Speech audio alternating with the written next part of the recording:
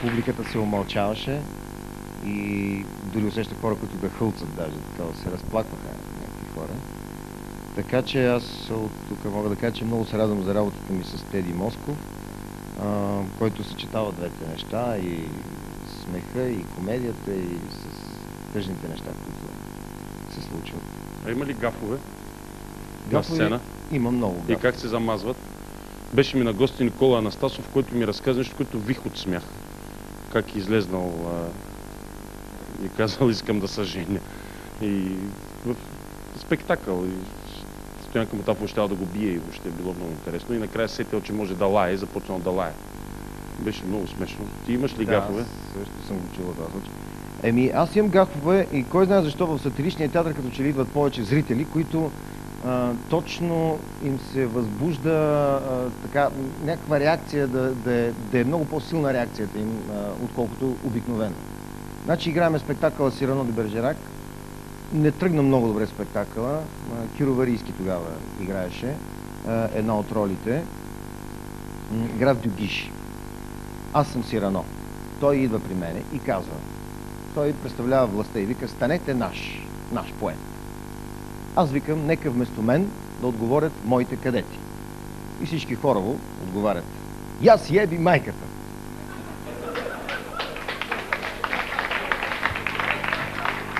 При което Ма кой отговаря така? кадетите. По сценария ли? Моите...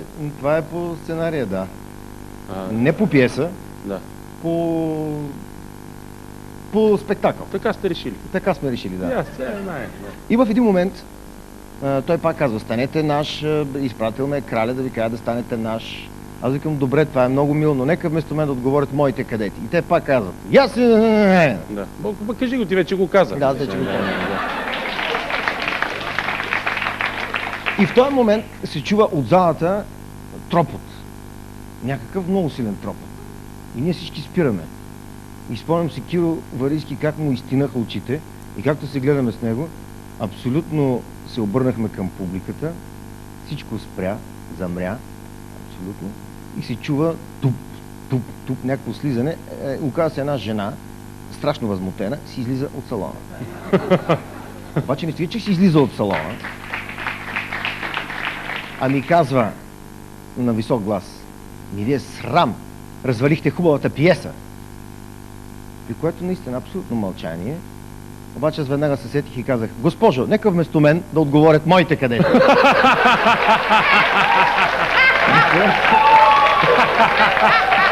При което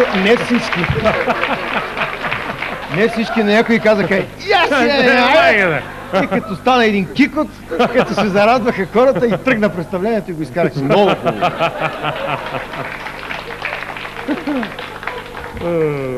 Много хубаво. Нека вместо мен отговорят, да, както е. Добре.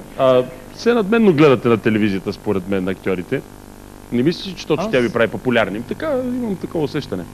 Хората, които играят, актьорите, които играят в театъра, така малко гледат като телевизия като нещо комерциално, което в крайна сметка по-скоро така те унижава, отколкото да те зарежда.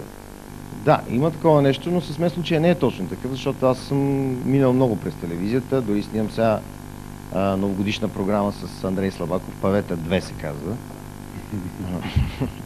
Много простоти очакват зрителите там. От сега ги предупреждавам да си знаят. Така че, но си прав за това, че страшно телевизията прави популярен. Абсолютно. Да, има ли дивиденти от това или само... Има дивиденти. Когато бях водещ на Нота Бене, нямах никакви проблеми с пътна полиция. В момента имам проблеми. Като ме спират без колан, например, наскоро ме спряха без колан по полицаи и ми казват, ти не водиш ли някакво предаване? Аз им казвам, водех, но ни махнаха.